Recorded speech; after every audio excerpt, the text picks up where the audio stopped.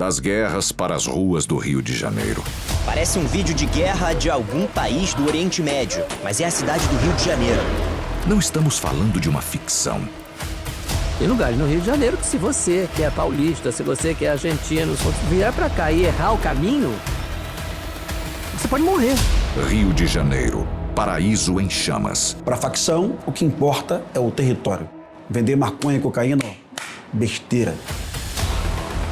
Essa violência é real e tem mais a ver com a sua vida do que você imagina. Toque no botão agora e assine a Brasil Paralelo pelo menor preço possível.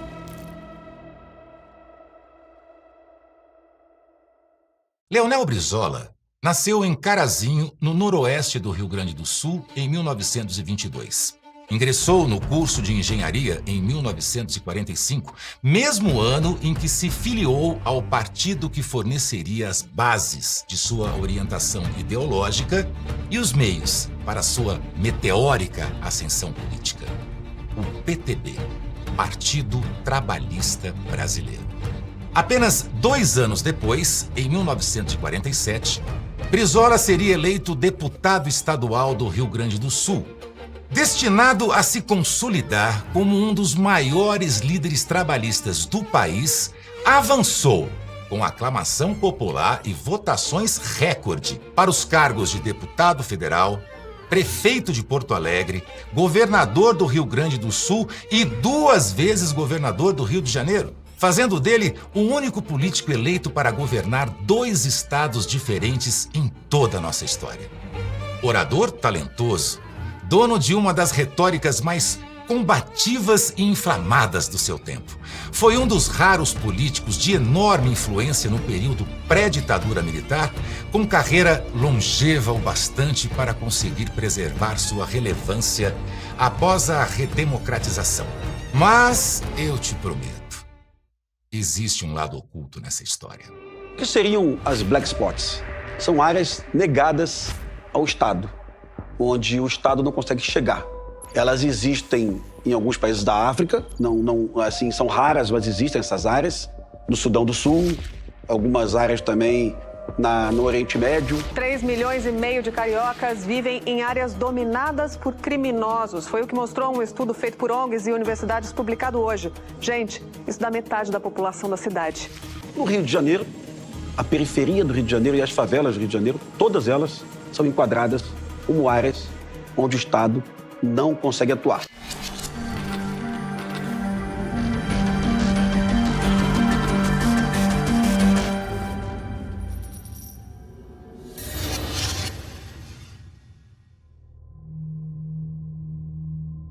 O Palácio do Piratini, sede do governo do Rio Grande do Sul, amanheceu transformado em fortaleza.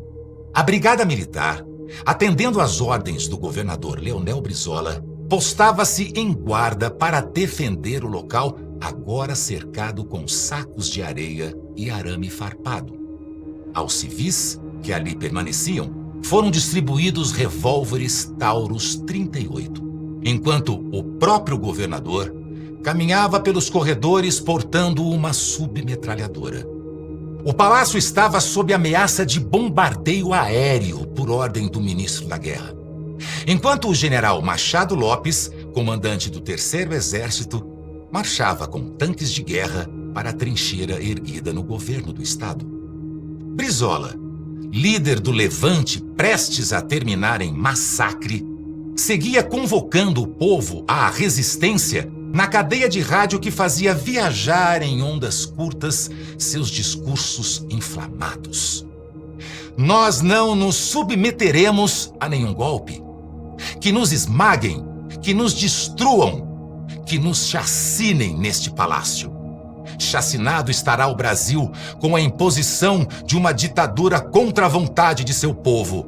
Esta rádio será silenciada.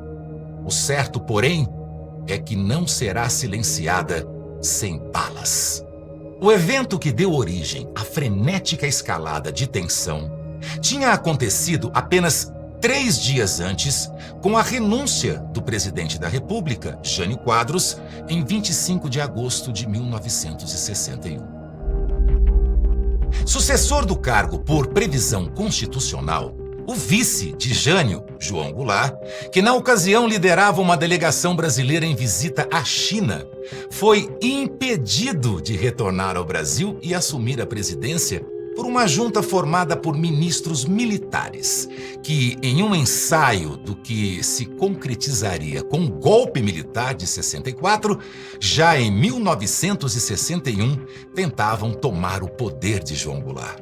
Foi quando o então governador do Rio Grande do Sul, Leonel Brizola, organizou o movimento conhecido como Campanha da Legalidade, desafiando as lideranças militares de Brasília e exigindo a posse de João Goulart, que não apenas era seu companheiro de partido, o PTB, como também era seu cunhado. Em uma dramática guinada dos acontecimentos, que nem o mais otimista dos ocupantes do Palácio do Piratini poderia prever, o general Machado Lopes, que marchava com tanques de guerra à fortaleza brizolista, quando chega ao encontro do governador, declara apoio a ele. Rompe com seus superiores e coloca o Terceiro Exército à disposição da Campanha da Legalidade. Tem início as movimentações de tropas que se preparavam para o confronto entre o exército comandado por Machado Lopes e as forças subordinadas aos ministros militares. Brizola, com seu indomável gênio incendiário, coloca o país na iminência de uma guerra civil. Porém, de perfil bem mais conciliador que o do cunhado, era João Goulart, o protagonista da crise sucessória. Determinado a evitar o derramamento de sangue, Jango aceita a proposta do Congresso Nacional de presidir o Brasil com poderes reduzidos, mediante a instauração de um sistema parlamentarista. O desfecho pacífico do impasse inaugura o mandato presidencial de João Goulart, que retomaria os plenos poderes do cargo 2 anos depois, quando a manutenção do parlamentarismo no Brasil foi amplamente rejeitada pela população em plebiscito. Ao final do mandato, como governador do Rio Grande do Sul, em 1963, Brizola se elege deputado federal, agora pelo estado da Guanabara, correspondente ao atual município do Rio de Janeiro, com a avassaladora votação de 1/4 dos eleitores do estado. O apoio massivo do eleitorado de uma região na qual ele se aventurava politicamente pela primeira vez e que, além disso, carregava a relevância de ter sido a capital federal até 3 anos antes, alimentou em Brizola ambições maiores de poder. Passando a ser cotado como um forte candidato para suceder Jango na presidência da República, ele, que em 1961 defendeu com a própria vida o legalismo sucessório, agora encontrava na legislação um obstáculo ao anseio de suceder o cunhado. Era proibida a candidatura de qualquer pessoa que possuísse relação de parentesco com o ocupante do cargo. Assim, o homem que outrora liderou a campanha da legalidade, agora iniciava uma campanha pela alteração das leis, que seria popularizada pelo slogan "Cunhado não é parente, Brizola é presidente". As consequências das ambições políticas de Brizola não seriam poucas. Obstinado a provar-se influente na vida nacional, ele se lança em uma perseguição implacável de protagonismo na condução dos rumos do país. E nenhum assunto pautava tanto os debates acerca do governo federal da época quanto as reformas de base que Jango tentava empreender. As reformas de base, que iam desde a reforma agrária até uma reforma bancária, eram encampadas por um amplo espectro da esquerda brasileira, desde a esquerda trabalhista nacionalista, como o PTB de Jango e Brizola, até a esquerda socialista internacionalista, no caso, por exemplo, do PCB, o Partido Comunista Brasileiro, que enxergava as reformas como uma etapa intermediária da implementação do socialismo. Naturalmente, o projeto enfrentava resistência de segmentos mais conservadores da política e também do Partido de Centro, PSD, com expressiva representação no Congresso. Enquanto João Goulart pregava uma política conciliatória, de diálogo e acordos com o PSD, Brizola se esforçava para persuadir o cunhado a governar apenas com uma aliança de partidos de esquerda, o que de fato viria a acontecer no início de 1964. O jornalista britânico Colin Harding, escrevendo para o The Independent, definiu Brizola como a consciência de esquerda do governo Jango. Porém, Brizola se provaria não apenas a consciência de esquerda, mas também uma contundente força de radicalização do governo. Ciente de que a ruptura com o PSD inviabilizaria a aprovação das reformas no Congresso, Brizola apela a alternativas menos democráticas, chegando a defender, no comício da Central do Brasil, o fechamento do Congresso Nacional. Além disso, no fim de 1963, Brizola passou a usar seu programa semanal na Rádio Mairinque Veiga para convocar em todo o país células políticas armadas, apelidadas de Grupos dos 11, que comporiam uma rede capaz de garantir o sucesso da agenda reformista, na lei ou na marra. Estima-se que tenham sido formados 5.304 grupos, somando 58.344 homens para as fileiras do que Brizola chamava de Exército Popular de Libertação.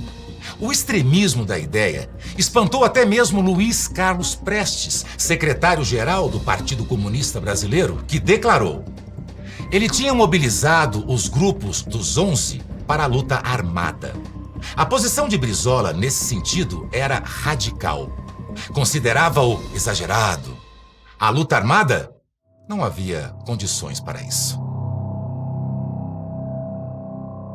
Em sua busca desenfreada por protagonismo, Brizola inviabilizou as reformas que defendia e conduziu o governo brasileiro ao radicalismo que, em 31 de março de 1964, serviria de pretexto para o golpe militar.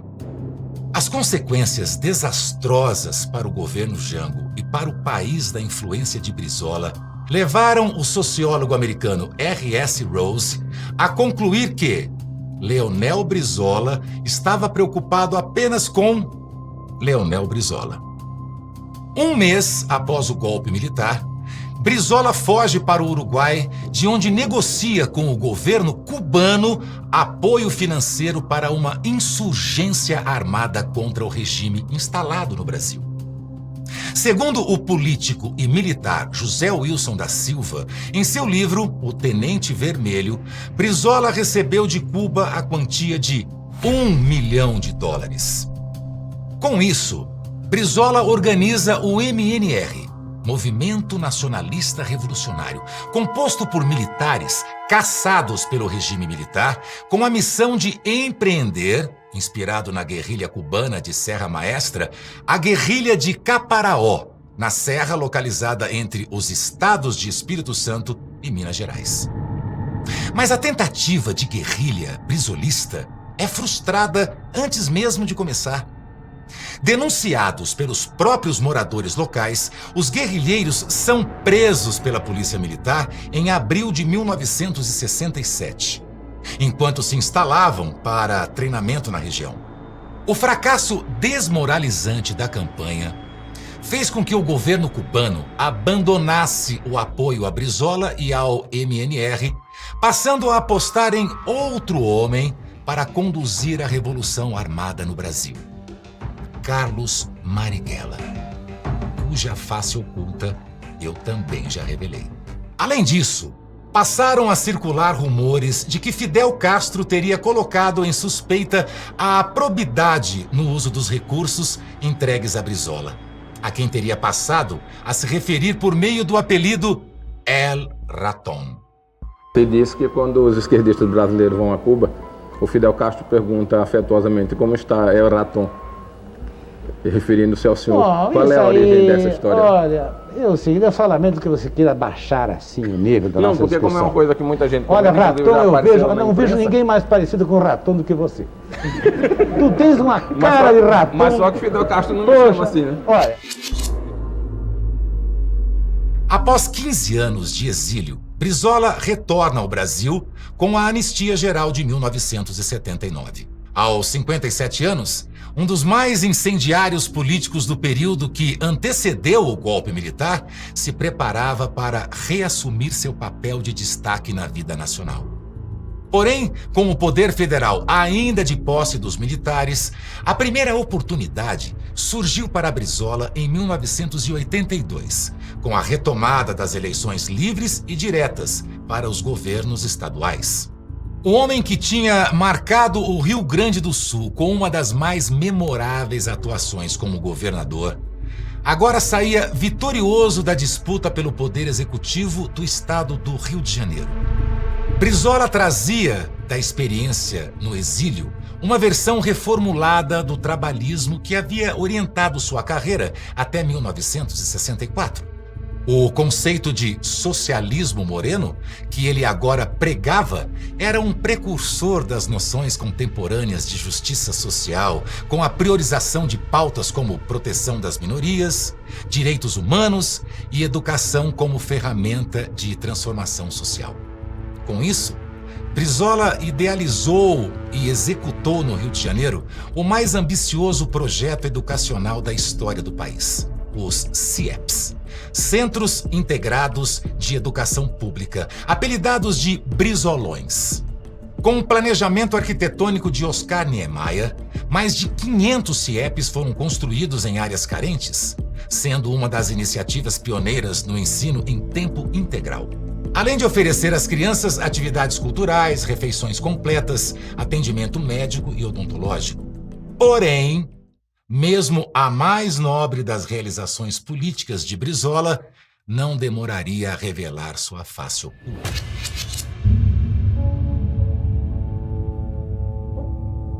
O ideal da educação como panaceia, uma espécie de bala de prata contra todos os males da sociedade, levou o governador Brizola a subestimar uma ameaça em rápida expansão pela capital fluminense.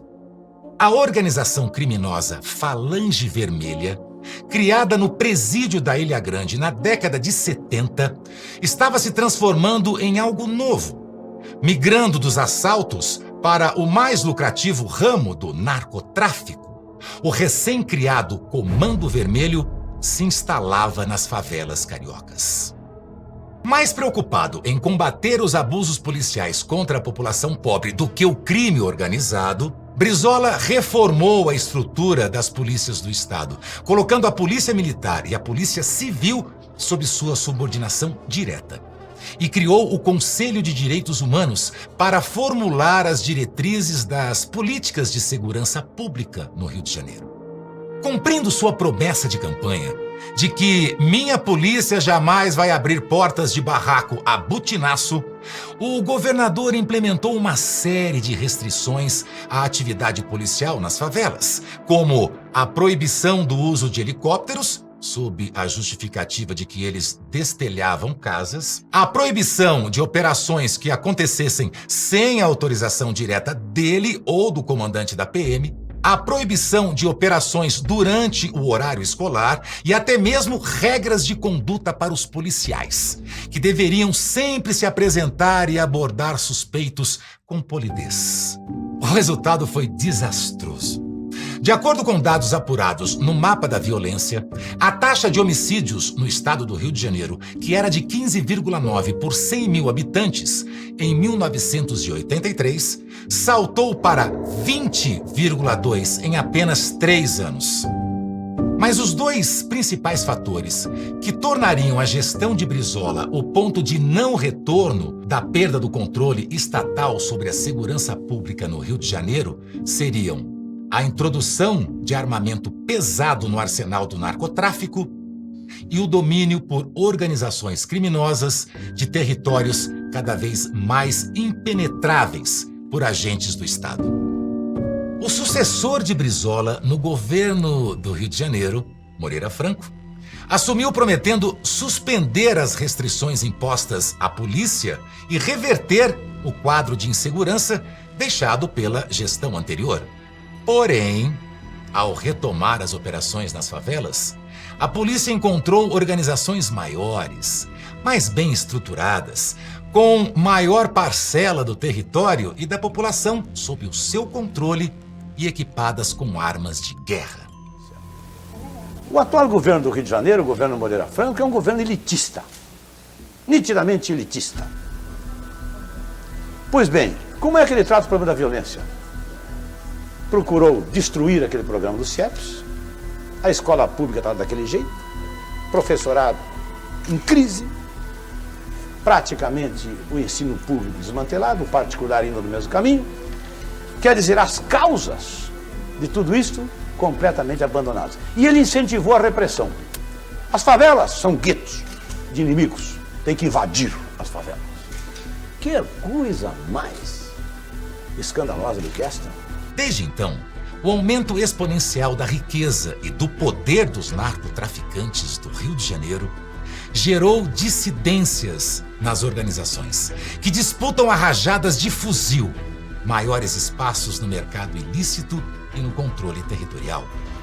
Leonel Brizola, em sua tentativa de proteger os mais pobres da opressão do Estado, condenou-os à impiedosa opressão dos estados paralelos do crime. A restrição às operações policiais nas favelas do Rio seria replicada 38 anos depois, em 2020, pelo ministro do STF, Edson Fachin. Esse é um dos temas abordados no maior documentário já produzido sobre a crise de segurança pública no Brasil, Entre Lobos, que você assiste apenas na plataforma da Brasil Paralelo. Procurem descobrir se em algum país do mundo existe uma decisão do tribunal mais alto, né, proibindo a polícia de combater o crime, proibindo a polícia de prender criminoso. O Comando Vermelho aproveitou a decisão do STF para expandir o seu território. Também você já deve ter visto aí o que isso significa para o cidadão trabalhador quando ele vive sob a égide de alguma organização criminosa, dentro de um controle territorial. Isso é o fim da civilização para aquela pessoa. Nós jogamos fora, durante essas últimas 4 décadas principalmente, toda a nossa herança civilizacional. Então nós estamos vivendo um estado de barbárie.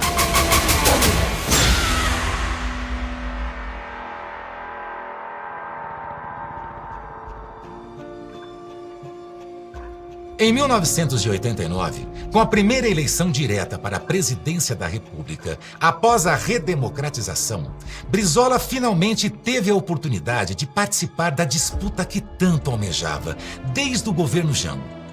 Porém, o cenário já não era o mesmo. Um astro em ascensão do discurso voltado aos trabalhadores agora ameaçava roubar de Brizola o seu nicho eleitoral. O líder sindicalista, Luiz Inácio Lula da Silva, se apresentava como um dos candidatos fortes da esquerda, por um partido criado apenas 9 anos antes, o Partido dos Trabalhadores. Brizola terminou a disputa na 3ª posição, perdendo por uma diferença inferior a 1% dos votos de Lula, que foi para o 2º turno com Fernando Collor. Na campanha do 2º turno, Brizola manifestou apoio a Lula por meio de mais uma de suas declarações memoráveis. Cá para nós. Um político de antigamente, o senador Pinheiro Machado, disse que a política é a arte de engolir sapos. Não seria fascinante fazer esta elite engolir o Lula, esse sapo barbudo? Após um 2º mandato, de pouca expressão como governador do Rio de Janeiro, em 1991, e uma nova tentativa fracassada de chegar à presidência da República nas eleições de 1994, Brizola seguiu influenciando a política brasileira como presidente nacional do PDT até sua morte em 2004, aos 82 anos. Um dos maiores líderes da esquerda brasileira por quase meio século. Brizola foi um político controverso, que seja pelo temperamento ou pela ideologia, manchou sua trajetória com erros que custaram e até hoje custam a vida de muitos inocentes. Ainda assim, ele segue sendo referenciado pela esquerda e em 2015 entrou para o livro de Heróis da Pátria por força de lei sancionada por Dilma Rousseff.